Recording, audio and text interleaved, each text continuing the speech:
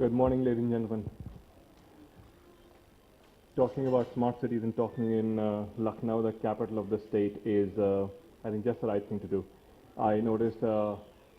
Jagdish Gandhi just walk in. Good morning, sir.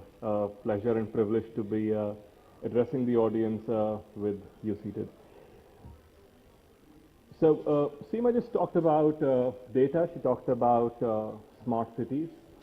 And I thought it probably would be a good idea to throw some more data on what is really the scope of education in our state.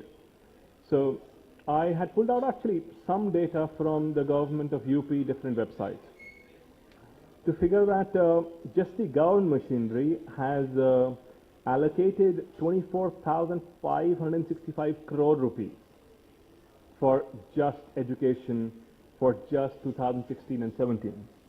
And considering that 40% of the students go to private schools, you add another probably 16,000 crores to it. We're talking about 40,000 crore rupees in UP alone going into education. That's a huge investment. What do we do with that investment is a question that we need to ask ourselves, and I'm hoping that I'd pose some interesting questions to our panelists today. I also found out that the UP government has distributed 14,35,315 laptops till now to students. This does not include the laptops they plan to give out this year. So they're actually enabling students. So at least the device is there, and we can now start looking at what do we do with that device. So in terms of just the government, the message seems to be quite clear. In terms of the recruitment that they're doing in the school setups, the Shiksha Mitra that are going and becoming assistant teachers, that they're quite clear that education quality needs to improve.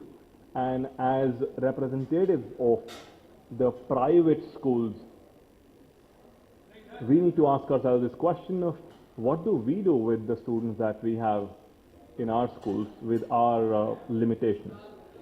I have three very interesting panelists today. And I say interesting because they come in to the discussion with their very unique skill sets. I would first introduce Dr. Abha Bharat Shah. She's currently the principal for Rameshwaram International Academy in Lucknow.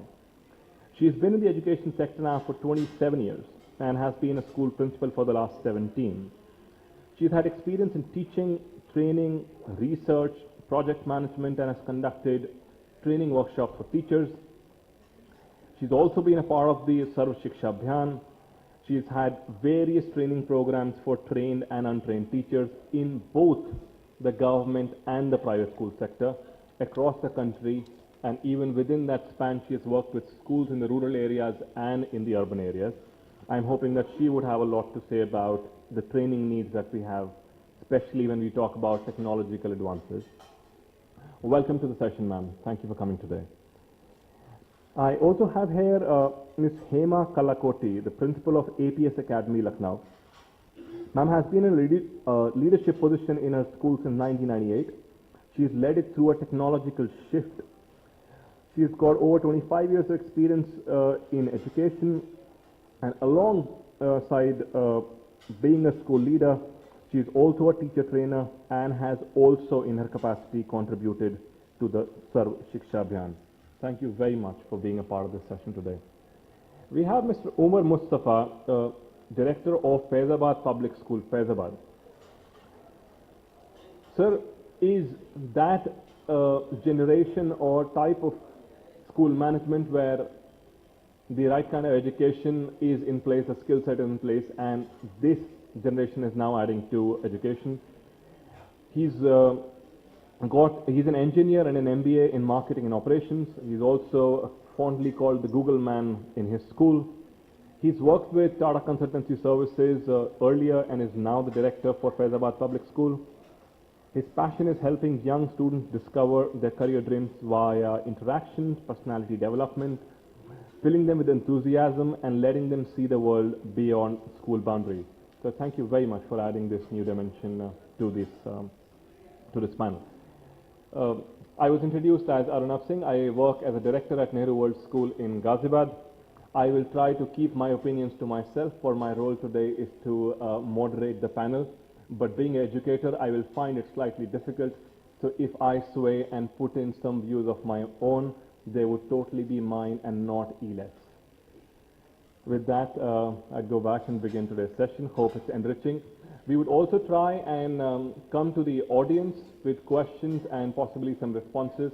While the question is being answered on the stage, if somebody in the audience believes that they've got something burning to add to that question, you can raise your hand, we can pass the mic. I have to make this one very sincere request. If all of us can keep our responses sort of brief, because I've been part of panel discussions where my chance never came. So I don't want to do that. So if we can keep our responses brief, all of us would probably have something to say and learn from it. Thank you very much for being here today morning.